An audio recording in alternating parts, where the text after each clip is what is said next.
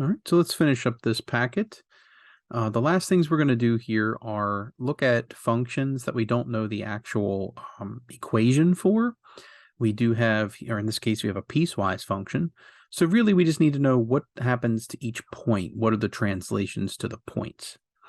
So looking at this function here, right, again, not knowing what the parent function is, we see that we're adding 1 directly to x. That is going to shift left 1 unit. And this subtracting 1 on the outside, that affects y, so that goes down 1 unit. So that tells us that every point on this graph should go down 1, left 1. Okay. So we have the point -4, -2, right? If I go down 1, left 1, that's going to be -5, -3, right? We're taking 1 away from each of the values.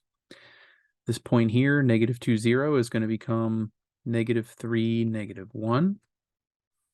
This point's going to become -1, 1. This will become 1, 1. And this point here will become 3, -1. So let's plot all of those. That's going to look a little different because the scale is different. So we have -5, -3.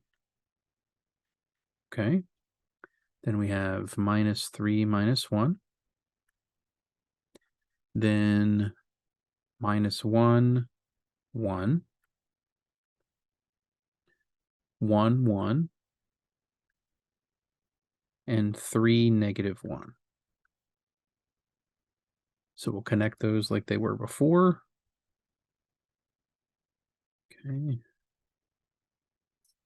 And you see that the shape is the same. The whole thing has just been shifted down, like we said, 1 unit, and to the left 1 unit. Okay, not so bad. Right here, for example, B, we have one extra thing that's being done here. Right, we have a negative on the outside of the function. That is going to tell us to rotate or flip about the x-axis. All right, we're subtracting 2 directly from x. That is going to be a shift right 2. And then finally, the +1 means up 1. Now, before we did this, we said, let's go ahead and flip everything first, then shift right 2, up 1. Now, we're flipping over the x-axis. So that is horizontal. And the horizontal change that, I'm sorry, we're flipping over the x-axis. And so that is a vertical change, right? And so vertically, it says we're shifting everything up 1. So alternatively, what we can do here is we can say, you know what? I'm going to change how I'm doing this. I'm going to flip everything over this line. Okay. So I'm going to shift everything and then flip it over that line. And then we could do it the other way and make sure it's the same. And again, that's just y equals 1 because we are shifting up 1 unit. So that's down here. Okay. All right. So let's shift each point. So we're going right 2, up 1. So that's going to be -2, -1. This is going to become 0, 1. This will become 2, 3. This is 4, 3. And this one here is going to become 6, 1. Okay, so let's plot those points. So -2, 1. Sorry, -2, -1. 0, 1. 2, 3. 4, 3. And 6, 1. Now I'm going to flip them over this new axis because it's been shifted up 1 unit. So you'll see that this point here is 2 units away. So when I flip it, it should still be 2 units away. So let me use a different color here.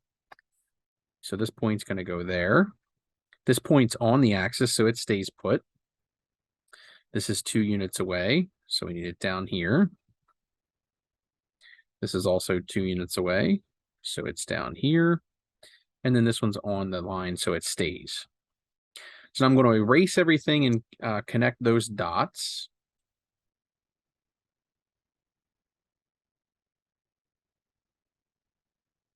So everything I don't need is that.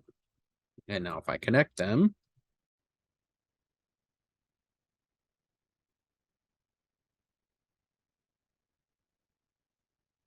we have this. Okay.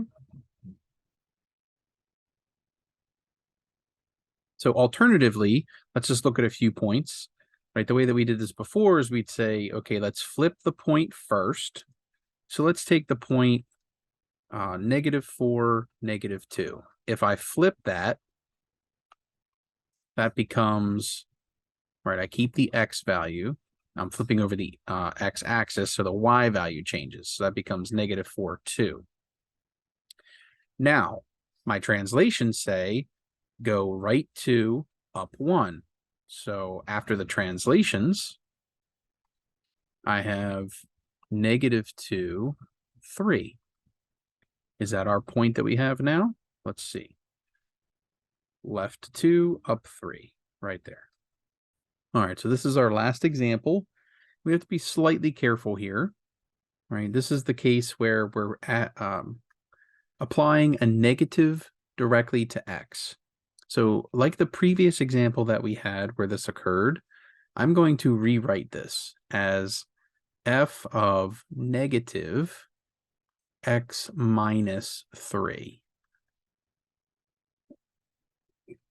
Okay, so this negative tells me flip over the y-axis. This -3 inside here tells me move right 3. And this +4 says move up 4. Okay, so again, you can flip over the y-axis first and then shift all of those points right 3, up 4. Or you can create a new axis to rotate about, which is, right, if it says right 3 and we are rotating about the y-axis, let's try that. So we are rotating now really about the line x equals 3. Okay. All right.